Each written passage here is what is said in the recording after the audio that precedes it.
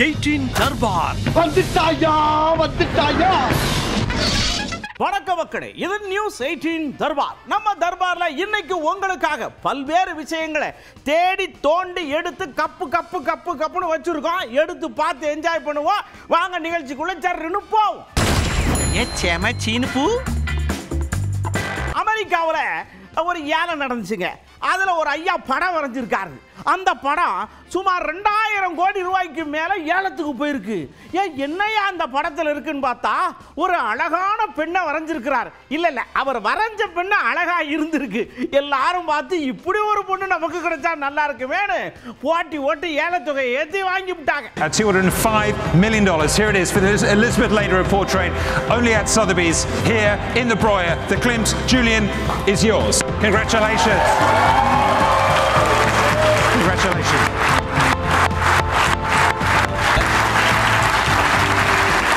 அதாவது பெண்ணுக்கு இருக்கிற மதிப்பு பொண்ணுக்கு இல்லையே அப்படின்னு அங்கராய்ச்சிக்கிற மாதிரி இந்தியாவில் தங்க விலை ஏறுது. மக்கள் எல்லாம் பீதி அடைகிறாங்க, வாங்க முடியாம தவிக்கிறாங்க. ஆனா இங்க தங்கத்துல ஒரு டாய்லெட்டை ஏலத்தை விட்டா அது வேற 107 கோடி ரூபாய்க்கு தான் ஏலம் போயிருக்கு. வெளிநாட்டுக்காரர்களுக்கு படத்துல இருக்கிற மரியாதை தங்கத்து மேல இல்லாம போச்சே. At $10 million. Shall I sell? At $10 million?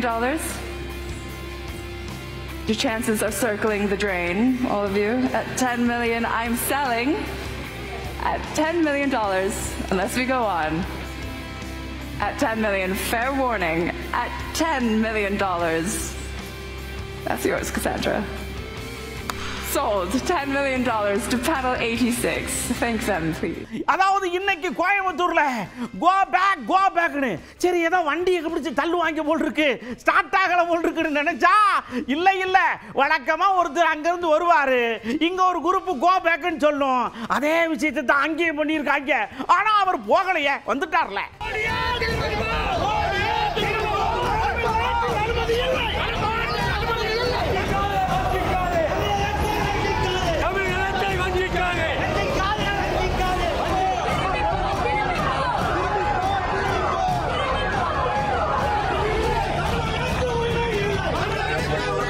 அப்படியே இந்த விஷயத்தை ஐயா கதல போட்டாங்க. அவர் சடக்குன்னு வந்து மேரே ஆக்குமே பீகாருக்கு சாத்துமே ஓட்டெல்லாம் நமக்கு தாமே அப்படின்னு சொன்னார். பாருங்க அங்க இருந்து ஊரை மிரட்ட. அப்படியே जब मैं यहाँ मंच पे आया तो मैं देख रहा था काफी किसान भाई बहन वो अपना गमछा घुमा रहे थे. तो मुझे लग रहा था कि बिहार की हवा मेरे आने से पहले पहुंच गई है. அப்படியே பாருங்க, நமக்கு இப்படி கேட்ட உடனே நமக்கே உள்ளுக்குள்ள கொச்சன்னு வருது இல்ல.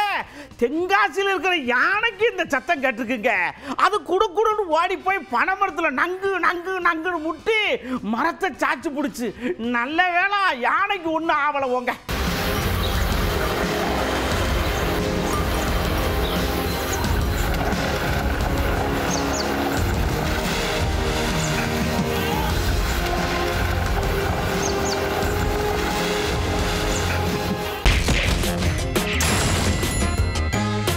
அப்படியே நாம கவுண்டருக்குள்ள போறோம். தமிழிசை அக்கா அப்படியே வந்து நிக்கிறாங்க.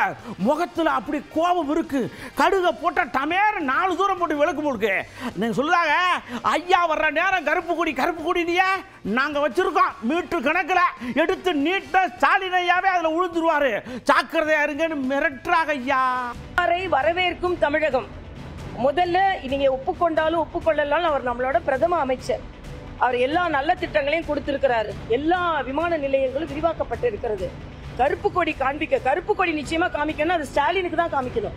ஏன்னா இன்னைக்கு நாட்டில் பெண்கள் பாதுகாப்பா இல்லை. இதே கோயம்புத்தூர் விமான நிலையத்துக்கு பக்கத்தில் ஒரு பெண் எவ்வளவு பாதிக்கப்பட்டால்னு தெரியும். ஆனால் உண்மையிலே கருப்பு கொடி காமிக்கணும்னா இன்னைக்கு மோசமான ஆட்சி நடத்தி கொண்டிருக்கின்ற ஸ்டாலினுக்கு தான் காமிக்கணும் என்பது எனது கருத்து. தமிழிசை அக்கா கருப்பு கொடி எடுத்த உடனே வானதி அக்கா நம்மளும் ஏதாவது பெர்ஃபார்மன்ஸ் பண்ணலன்னு வச்சுக்காங்க, அப்புறம் நல்லா இருக்காதுன்னு சொல்லிட்டு சடக்குன்னு வந்தாங்க. அவங்கிட்ட ஒரு கேள்வியை கேட்டோம். அக்கா தமிழ்நாட்டில் எலெக்ஷன் வருது எஸ்ஏஆருங்க, பீகார்ல எலெக்ஷன் வந்தது எஸ்ஏஆர்னிங்க, ஆனா இந்த அஸ்ஸாமில் மட்டும் பண்ண மாட்டீங்கல்ல ஏன்னு கேட்டா அக்கா ஒரு நோட்ஸ் எடுத்து கதையை சொன்னாங்க.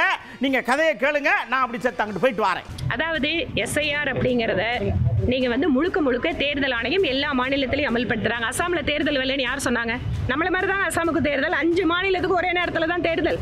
யாராவது அசாம்ல தேர்தல் வரலன்னு சொன்னாங்களா? அவங்கள நம்மள மாதிரி இப்ப தேர்தலுக்கு போறாங்க 26க்கு. ஆளுகின்ற மாநிலங்களை எஸ்ஆர் அமல்படுத்தும். அசாமை பொறுத்த வரைக்கும் என்னன்னு கேட்டீங்கன்னா ஸ்பெஷல். ஏன்னா நார்த் ஈஸ்ட பொறுத்த வரைக்கும் அங்க இருக்கக்கூடிய செக்யூரிட்டி மற்ற விஷயங்கள் எல்லாமே அந்த மாநிலங்களுக்கு தனித்துவமானது. அதை நம்ம புரிஞ்சுக்கணும். இப்ப கூடங்க மற்ற மாநிலங்கள்ல எல்லாம் அரசாங்கம், மத்திய அரசு மாநில அரசு சேர்ந்து ஒரு ப்ராஜெக்ட பண்றாங்க அப்படின்னு சொன்னா 60-40 50-50 இந்த மாதிரி தான் நிதி பங்கீடு இருக்கும். ஆனா நார்த் ஈஸ்ட பொறுத்த வரைக்கும் 90-10 அப்படின்னு இருக்கும், 70-30 இருக்கும். ஏனென்றால் அது ரொம்ப வந்து இயற்கை வந்து ரொம்ப ஒரு மாதிரி இருக்கக்கூடிய இடம்.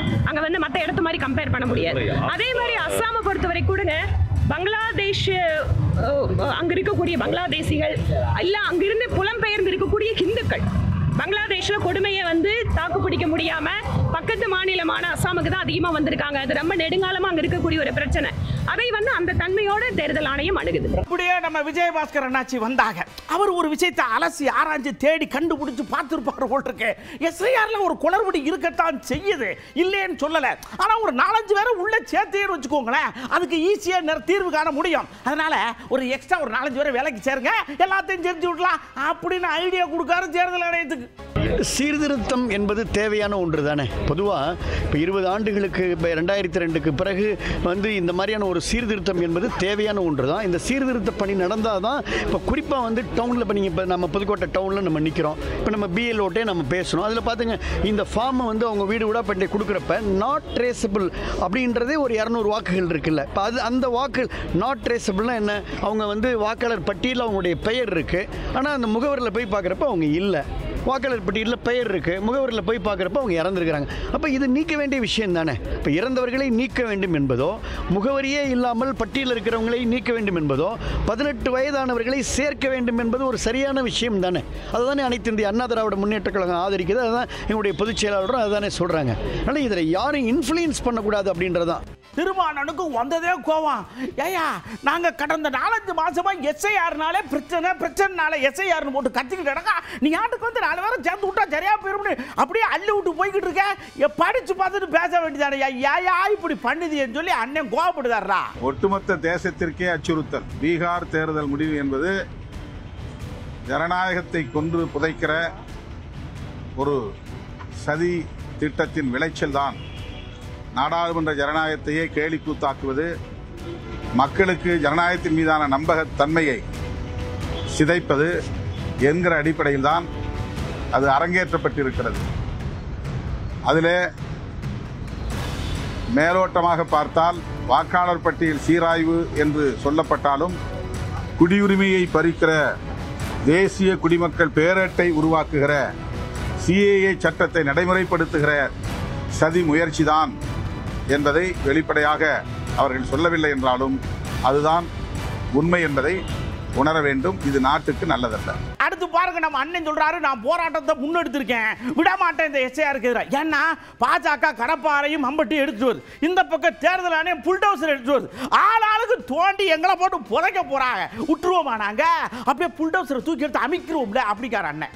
எஸ்ஐஆர் வேண்டாம் என்கிற கோரிக்கையை முன்வைத்து விடுதலை சிறுத்தைகள் கட்சியின் சார்பில் 24ஆம் தேதி காலை 10 மணி அளவில் சென்னையில் எனது தலைமையில் ஆர்ப்பாட்டம் நடைபெறுகிறது. எஸ்ஐஆர் என்பது பாரதிய ஜனதா கட்சியும் தேர்தல் ஆணையமும் சேர்ந்து நடத்துகிற ஒரு கூட்டு சதி. அவர்கள் குடியுரிமையை பறிப்பதற்கான ஒரு செயல் திட்டமாகவும் எதிர்ப்பு வாக்குகளை பட்டியலில் இருந்து நீக்குவதற்கான ஒரு செயல் திட்டமாகவும் இதை வடிவமைத்திருக்கிறார்கள். எனவே இது உள்நோக்கம் கொண்ட ஒரு நடவடிக்கை. இந்த நடவடிக்கையை உடனடியாக நிறுத்த வேண்டும். பழைய முறைப்படி அவர்கள் எஸ்ஆர் என்கிற சம்மரி ரிவிஷன் முறையையே இந்த தேர்தலுக்கு முன்பு பயன்படுத்த வேண்டும் என்று வலியுறுத்தி இந்த ஆர்ப்பாட்டத்தை நடத்துகிறோம். அப்படியே நம்ம அண்ணாச்சி பீட்டர் பொன்னாச்சி ரொம்ப நியாயமா பேசக்கூடிய அண்ணாச்சி சொல்லுதாங்க, ஏங்க நாட்டில் யார் வேணாலும் எங்க இருந்தாலும் வாங்க, வேலையை பாருங்க, அப்படியே போய் வீட்டுக்கு போய் கொடுங்க, அதுதானே முறை. அதுக்காக அவங்க கூட்டு வந்து இங்கே வச்சுட்டு ஓட்டு போடுவோம், என்ன பண்ணுவோம்னா என்ன அர்த்தம்? அவங்களுக்கு மொழியும் தெரியாது, ஒன்றும் தெரியாது, நாங்கள் பேசுறதும் புரியாதுல்ல, அதனால அதை பண்ணப்படாது அப்படின்னு ஐயா சொல்றாங்க. அதாவது வட மாநிலத்திலிருந்து வேலை பார்க்கின்ற தொழிலாளர்களை தமிழகத்தினுடைய வாக்காளர் பட்டியலில் சேர்ப்பதன் மூலமாக தமிழகத்தையே மற்றும் ஒரு வட மாநிலமாக மாற்றுகின்ற முயற்சியைத்தான் இன்று பாஜக அரசாங்கம் நிறைவேற்றுகிறது. வடமாநில தொழிலாளர்கள் பல லட்சக்கணக்கான பேர் இங்கே வந்து தொழில் செய்கிறார்கள். அவர்கள் பல மாநிலங்களிலிருந்து வந்திருக்கின்றார்கள். அவர்கள் வேலைக்காகத்தான் வந்திருக்கிறார்களே ஒழிய சில பேர் 3 மாதம் 5 மாதம் சில பேர் 1 வருடத்திலே அவர்கள் திரும்பி விடுவார்கள். அவர்களை கொண்டு வந்து இங்கே வைத்து அவர்களுக்கு வாக்குரிமை வழங்குவதன் மூலமாக தமிழகத்தினுடைய கலாச்சாரம், தமிழகத்தினுடைய தனித்துவம், தமிழர்களுடைய உரிமைகள், தமிழர்களுடைய நல்வாழ்வு, தமிழர்களுக்கு இருக்கின்ற ஆதாரங்கள் இவற்றையெல்லாம் நிர்மூலமாக்குகிற பணியைத்தான் இன்று பாஜக அரசும் மோடி அரசும் செய்து கொண்டிருக்கிறது என்பதை சுட்டிக்காட்டும். அப்படியே நம்ம மன்சூர் அலி அண்ணாச்சு அப்படியே வந்துருந்தாரு. அப்பா நான் எச்சையார ஒழிக்கணும் தாப்பா பார்க்க. ஆனால் ஒரு விளவும் தெரிய மாட்டேங்கி, வழியும் தெரிய மாட்டேங்கி. ஆனால் முதலமைச்சருக்கு தெரியும். அப்படியே பிரதமருக்கு ஒரு உத்தரவு போட்டு விட்டாருனா நல்லா இருக்கும்ல அப்படின்னு வீரபத்திரம் மாதிரியே பேசுறாரு. எஸ்ஐஆர் ஒழிக்கப்படணும், இது வேணாம், தூக்கி போடு. அப்புறம் இந்த ஓட்டர்ஸ் லிஸ்ட் இது எல்லாம் இருக்கத்தானே செய்யுது. இப்போ எதுக்கு திடீர்னு கொண்டாண்டு சூறையாடி எப்படி இந்த நீட்டு தேர்வுக்கு டுட்டோரியல் எல்லாம் ஆரம்பிச்சாங்க தெரியுமா? ஆரம்பிச்சு போய்கிட்டு இருக்கு தெரியுமா? அந்த மாதிரி இந்த எஸ்ஐஆர் ஃபார்ம் ஃபுல்லப் பண்ணுறதுக்கு நிறைய டுட்டோரியல் இப்போ திறந்துட்டாங்க. சார் நாங்கள் பண்ணி தரோம் வாங்க சார்னு. ஆனால் ஓட்டு கடைசியில் இல்லைன்னு சொன்னால் நாங்கள் பொறுப்பு இல்லைங்கிறோம். இதுக்கு எல்லாம் மூல காரணம் இந்த இவிஎம். இதை ஒழிச்சு கட்டு. இவிஎம்ல இந்த வர தேர்தல் நடக்கக்கூடாது. தமிழ்நாட்டில் நடக்கிற தேர்தலை பேலட் பேப்பரில் பண்ணுங்க. இன்னொன்று இந்த எஸ்ஐஆரை தூக்கி போட்டுட்டு ஒழுங்கு மரியாதையா இப்போ பாருங்க 6 கோடி 36 லட்சம் வாக்காளர்கள். அவங்களுக்கு 2 ஃபார்ம் 2 பேப்பர் அடிக்கிறாங்கன்னா 13-15 கோடி பேப்பர் அடிக்கிறாங்க. இதை நீங்கள் பேலட் பேப்பரில் பண்ணுறதுக்கு சாதாரணமாக ஒருத்த பேப்பர் போதும், 4 நாள் அவகாசம் போதும், அந்த சின்னங்களை வச்சு அடிக்கலாம். அந்த ஏன் இதை செய்ய மாட்டேங்கிறாங்கன்னு தெரியல. எதிர்கட்சிகள் எல்லாம் ஒன்று திரடணும். மம்தா பானர்ஜி எப்படி அங்கே உள்ளே வந்தால் அரெஸ்ட் பண்ணுவேன்னு சொன்னாங்களோ அந்த மாதிரி தமிழ்நாடு முதலமைச்சர் இதை நிப்பாட்டு, இதை நடத்த விட மாட்டேன், இல்லாட்டி தேர்தல் நடக்காது, தேர்தல் நடந்ததுக்கு அப்புறம் இந்த எஸ்ஐஆர் ஏதோ ஒரு அறை நீங்கள் நடத்துங்கன்னு தமிழ்நாடு முதலமைச்சர் ஒரு உத்தரவு போடணும், மத்திய அரசு கேட்டுக்கணுங்கிறது என்னோட தாழ்மையான வேண்டுகோள். அப்படியே மன்சூர் அண்ணாச்சி இன்னொரு விஷயத்தை சொல்றாரு. நான்லாம் பாருங்க எத்தனை எலெக்ஷன்ல நின்றுருக்கேன். அப்படியே வண்டியில போவேன், பலாப்பழத்தை உரிப்பேன், வெங்காயத்தை உரிப்பேன், காலா நடப்பேன். ஆனா தம்பி பனையூர் தம்பி ஹெலிகாப்டர் சருன்னு வராரு, சருன்னு இறங்குறாரு. அவருக்கு ஒரு பஸ் அங்க போது இங்க போது இறங்கி வேலை செய்யணும்யா. அரசியலையை கூட்டுவாங்க, நான் கத்து தரேங்க. பிஜேபி ஆதரிக்கிற கூட்டணியில் இருக்கிற அனைத்தும் பாசிச சக்திகள் தமிழ்நாட்டுக்கு உதவாது. அந்த விதத்தில் நான் ஆளுங்கட்சி வேற வழி இல்லை. டிஎம்கே தான் மறுபடியும் வரும், ஆணித்தரமா வரும். நானே விழுந்து வேலை செஞ்சாலும் செய்வேன். இத்தனை காலம் எதிர்த்தவன், இப்ப வேற எனக்கு வழி இல்லை. எங்கேயும் செய்வேன். இதுவே என் பிரச்சாரம் தான். எங்கேயும் செய்வேன். நான் என்னோட போராட்டம், என்னோட பிரச்சாரம் எல்லாம் கால் பதியும். இதே மாதிரி வானத்திலேயே சுத்திக்கிட்டெல்லாம் இருக்க முடியாது. ஒரு தம்பி ஆதரிச்சேன் அன்னைக்கு. இப்ப பார்த்தா அவரு அது என்ன எங்க செய்வீன்னு கேட்டீங்கல்ல, இவன் இந்த கால் இருக்குல்ல, இந்த கால் தடம் கீழே பதியணும். தெருவில் அடிமட்ட தொண்டர்கள் அடிமட்ட இடத்துல, மார்க்கெட்ல, வயல்ல அங்க போய் சந்திக்கணும் மக்களை.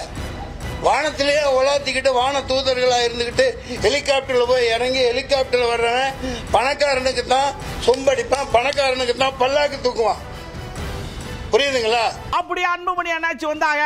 அவியட்ட எஸ்ஐஆரை பத்தி கேட்கும்போது இதுக்கெல்லாம் வேற ஆளுகள் இருக்கு, நீங்க அவியட்ட போய் கேளுங்க. ஆனா பாருங்க, கடலூர் அந்த ஏரியாவில் நிலக்கரியை அள்ளி அள்ளி எடுக்கிட அதை டெல்டாவா நீங்க ஏன் இது பண்ண மாட்டீங்க? அங்க இருக்கிற ஆளுகளை ஏன் மதிக்க மாட்டீங்க? அது உசுறு இல்லையா அப்படின்னு அநியாயத்துக்கு நிலக்கரியை தோண்டி எடுக்கிற மாதிரி பொங்குறார். திருவாரூர் பகுதியில் அங்க நிலக்கரி சுரங்கம், அதுக்கு எதிர்த்த முதலமைச்சர் நானும் டெல்டாக்காரன், நிச்சயமா வர விட மாட்டேன். இதே முதலமைச்சர் கடலூர் மாவட்டத்தில் என்எல்சி 3வது சுரங்கம் நான் வர விட மாட்டேன் அப்படின்னு இன்னைக்கு வரைக்கும் முதலமைச்சர் வாயில ஏன் வரமாட்டுது? ஏன் அங்க இருக்கிற மக்கள் அப்படியா? இல்ல அங்க இருக்கிற மக்கள் சமூகம், அந்த சமூக மக்கள் அங்க வாழ்ந்துட்டு இருக்கு அதனாலயா? இல்ல அது என்ன கடலூர் தானே அப்படியா? அந்த மனநிலையிலையா? அது சோறு போடுற மண்ணு தானே அதெல்லாம். அதுல அந்த மாவட்டத்தில் தான் வேளாண் துறை அமைச்சர் இருக்கிறார். அந்த மாவட்டத்தில் அவரு அந்த வேலையை விட்டுட்டு நிலத்தை வந்து என்எல்சிக்கு வித்து கொடுத்துட்டு இருக்காரு. ஒரு வேளாண் மண்ணை பாதுகாக்கிறது தான் வேளாண் துறை அமைச்சருடைய வேலை. அதை விட்டுட்டு என்எல்சிக்கு நீங்க சாதகமா ஏன் பண்றீங்க? என்ன காரணம்? அப்படியே ஒரு விஷயத்தை டப்புனு எடுத்து உண்மையை சொன்னார் வேல்முருகன் ஆச்சி. அதாவதுங்க, அமைச்சர்கள்ல இருந்து யாரையும் நான் நம்ப மாட்டேன், அதிகாரிகள் நம்ப மாட்டேன். நேர கோவம் முதலமைச்சரை கேட்டா ஐயா ஐயான்னு லேசா காதல போட்டா போதும் மடக்குன்னு செஞ்சிருவாங்க. ஆனா இங்க போறதுக்கு இடையில நிறைய பேர் குறுக்க நின்று தடுக்காக அப்படின்னு அங்கலாய்க்கார். எனக்கு யார் மேலே இங்கே நம்பிக்கை இல்லை, இந்த அதிகார வர்க்கத்தின் மேலே. அதனால தான் முதலமைச்சர் மீது எனக்கு நம்பிக்கை இருக்கு. தனிப்பட்ட முறையில் அவர் காதுக்கு நான் கொண்டு போய் சொன்ன பல விஷயங்களை அவர் ஸ்டாப் பண்ணிக்கிறார். உதாரணத்துக்கு செய்யாறுல அந்த போராடிய தோழர்கள் மீது போறப்பட்ட குண்டாஸை எல்லா அதிகாரிகளும் கையெழுத்து போட்டு குண்டாஸ் போட்டு டீடைன் பண்ணிட்டாங்க. அதுக்கு பிறகு நான் தான் அவருக்கு தனிப்பட்ட முறையில் ஒரு வீடியோ எடுத்து அவருக்கு அனுப்பினேன். அப்புறம் தான் அவர் என்கிட்ட தொடர்பு வந்து சொன்னார், என் கவனத்துக்கு வராமல் நடந்து போச்சு வேல்முருகன், உடனடியாக குண்டாஸை ரத்து செய்து நான் விடுவிக்கிறேன்னு விடுவிச்சேன். அதே மாதிரி எங்களுடைய என்எல்சி போராட்டம் உங்களுக்கு தெரியும், தொடர்ச்சியாக 30 ஆண்டு காலமாக அந்த மண்ணுக்காக வீடு நிலம் கொடுத்த மக்களுக்காக, ஒப்பந்த தொழிலாளிக்காக நான் போராடி இருக்கிறேன். இன்றைக்கு அதே மாதிரி தான் பெரிய டிராக்டர் ஆட்சியங்களை வந்து 2000 போலீஸ் பாதுகாப்போட அதிகாரிகள் துணையோட நிலத்தை கையகப்படுத்த வந்தாங்க. முதலமைச்சர்கிட்ட போய் உட்காந்து சொல்லி இப்போ நான் ஒரு பல்லாயிரக்கணக்கான பேரை திரட்டி போன மாதம் போராட்டம் நடத்திட்ட மறுநாள் வந்து எல்லாத்தையும் வீட்டெல்லாம் இடிக்க ஆரம்பிச்சிட்டாங்க. அப்புறம் சட்டமன்றத்தில் முதலமைச்சர்கிட்ட சொன்ன பிறகு முதலமைச்சர் கூட்டு அந்த கலெக்டர்கிட்ட அந்த நிலத்தை கையகப்படுத்தாதீங்க, வேல்முருகன் வந்து என்கிட்ட முறையிடாருன்னு கூட்டு ஸ்டாப் பண்ணார். கண்டிப்பாக முதலமைச்சர் இத்தனை ஆயிரம் மக்களுடைய இந்த வழி நிறைந்த இந்த கோரிக்கையை கண்டிப்பாக அவர் பரிசீலனை செய்வார் அப்படின்னு நான் நம்புறேன். உசாரா இருங்க எவ்வளவு கத்துனாலும் கேட்கறதுக்கு ஆள் இல்லாத மாதிரியே இருக்காங்க. அந்த வண்டி ஓட்டுறவங்க 2 பிள்ளைங்க மேகாலய படிக்கிற பிள்ளைங்க ரோட்ல அப்படியே நடந்து போயிருக்கு. இந்த தண்ணியை போட்டுட்டு வண்டி ஓட்டுற வைக்கிற கையில் அவங்க மாட்டுக்கு சரண் வந்து புள்ள கட்டை அடித்து தூக்கி எடுத்து கீழே ஓட்டாக்கி பாவம் சீரியஸாக இருக்குங்க. ஏயா நீ தான் இப்படி மதுவை அரவணைச்சு ராசமாக போனேன்னா அந்த புள்ளக்காடி என்னையா செய்ய சொல்கிறத கேட்க மாட்டேங்கீழ.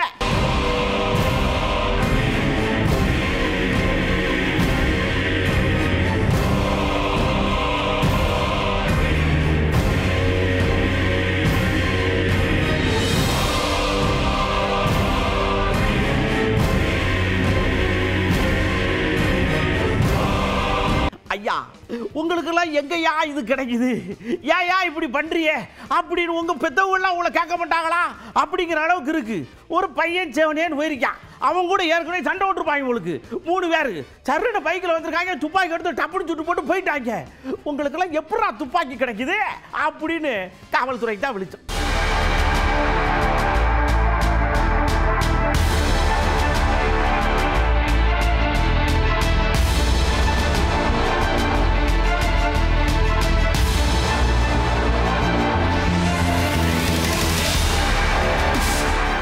அதாவதுங்க, நீங்க செய்யற வேலையில எவ்வளவு ஈடுபாடு இருக்கு அப்படிங்கிறது எங்களுக்கு புரியுது. ஆனா பாதுகாப்பு விஷயத்துல அது இருக்கணும்ல.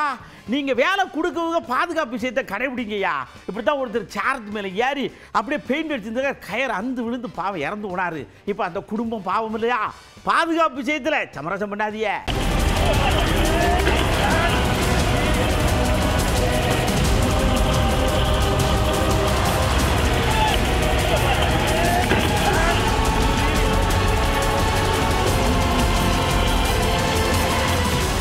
எல்லாரும் உட்காந்து சாப்பிட்டு பொழுது ஒவ்வொரு பேசிட்டு இருப்பாங்க. உங்களுக்கு கம்போடியால சரட்டுன்னு என்ன ஒண்ணுச்சு, வானத்துல இருந்து இப்படி சுழல சரட்டுன்னு வந்து இருக்கிற பூரா அள்ளி தூக்கி போட்டு எல்லாத்தையும் கலவரம் பண்ணி போச்சு. செத்த வரத்து கூட நடந்து முடிஞ்சியா? அங்கே இருந்தவங்களுக்கு பூரா என்ன நடந்துச்சு ஏது நடந்துச்சு கூட தெரியல.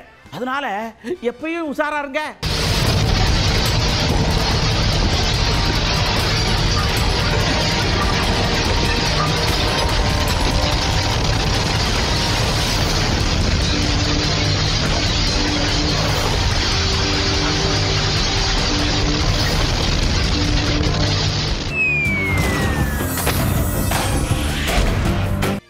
உலகத்துக்குள்ள அப்படியே நேரா போனோம்னா 2 நாட்டுக்குள்ள பயணப்பட வேண்டியிருக்கு. என்னன்னா, இந்த உலகத்தை அழகா பொசுன்னு ரொம்ப அற்புதமா இருக்கக்கூடிய ஒரே ஒரு உயிரினம் என்னன்னு கேட்டீங்கன்னா இந்த பாண்டா கரடி தான்.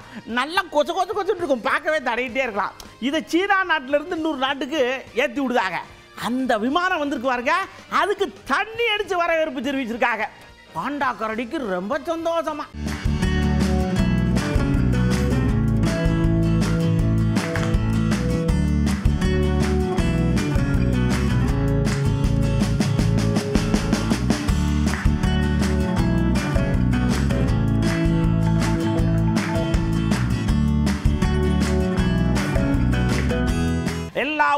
பாருங்க, இந்த கால்நடைகளை மேய்க்கிறதுக்கு சில பேர் ஹெலிகாப்டர்லாம் போகலாம். சீனாவில் 2 வீலரில் ஒட்டகத்தை அப்படியே ஒன்று திரட்டி வின்டர் சீசன் ஆரம்பிச்சு தள்ளி கொண்டு போகும் சொல்லி மழை கொண்டு போகிற ஒட்டகம் பூரா போகிறத பார்த்து சினுக்கு சினுக்கு சினுக்கு சினுக்கு அப்படி போகிறது அழகு இருக்கு இல்லையா?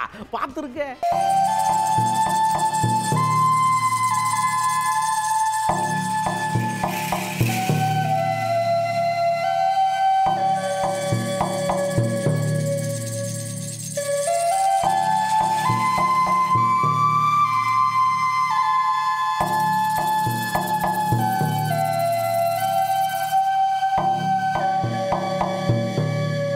இப்போ நம்ம தர்பாரில் பார்த்தீங்கல்ல, பிடிச்சிருந்தது இல்லையா?